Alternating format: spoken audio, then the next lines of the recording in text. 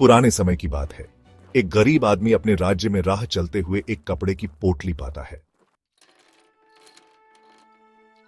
पोटली खोलने पर उसमें 50 सोने के सिक्के और एक चिट्ठी मिलती है। चिट्ठी में लिखा होता है, अगर यह पोटली किसी कारणवश खो जाती है और जिस भी व्यक्ति को मिले वह इसे लौटा दे तो उसे इनाम स्वरूप 10 सोने के सिक्के दिए जाएंगे। चिट्ठी पर उस व्यापारी का नाम और पता भी लिखा था जिसकी यह पोटली थी। गरीब आदमी ईमानदार था। उसने तुरंत व्यापारी का पता लगाया और उसके घर पहुंच गया। व्यापारी, जो पहले ही अपने सिक्के खोने से परेशान था, पोटली पाकर बहुत खुश हुआ। लेकिन जैसे ही उसकी लालच जागी, वह चालाकी पर उतर आया। पोटली गिनने के बाद व्यापारी बोला, पोटली में 60 सिक्के थे, तुमने पहले ही 10 सिक्के निकाल लिए। खैर, मैं तो तुम्हें देने ही वाला था, अब तुम जा सकते हो। गरीब आदमी यह सुनकर हैरान रह गया। उसने व्यापारी को समझाने की कोशिश की कि उसने एक भी सिक्का नहीं लिया, लेकिन व्यापारी अपनी बात पर अड़ा रहा, चूंकि बात उसकी ईमानदारी पर भी आ गई थी।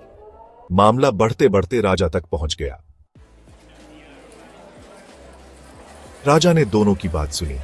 गरीब आदमी ने ईमानदारी से सब कुछ बताया। व्यापारी ने कहा, महाराज, पोटली में 60 सिक्के थे और इस आदमी ने पहले ही 10 निकाल लिए। राजा समझदार और न्यायप्रिय था। उसने तुरंत व्यापारी की लालच को भांप लिया और फैसला सुनाया। चूंकि व्यापारी कहता है कि उसकी पोटली में 60 सिक्के थे, तो यह पोटली उसकी नहीं हो सकती। यह पोटली किसी और की होगी जिसमें 50 सिक्के थे। इसलिए यह पोटली उस गरीब आदमी के पास ही रहेगी जब तक सही मालिक नहीं मिल जाता।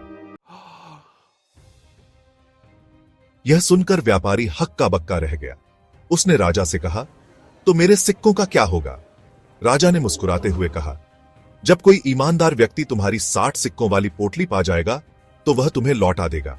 सीख, हमें हमेशा अपने कमिटमेंट और वचन का पालन करना चाहिए। ईमानदारी और वचनबद्धता हमारे चरित्र की पहचान होती है।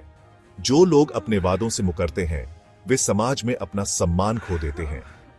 दूसरी ओर, ईमानदारी हमें न केवल आत्मसंतोष देती है, बल्कि हमें दूसरों की नजरों में भी ऊंचा उठाती है। वीडियो देखने के लिए धन्यवाद। अच्छी कहानियों के लिए मेरे चैनल को सब्सक्राइब करें।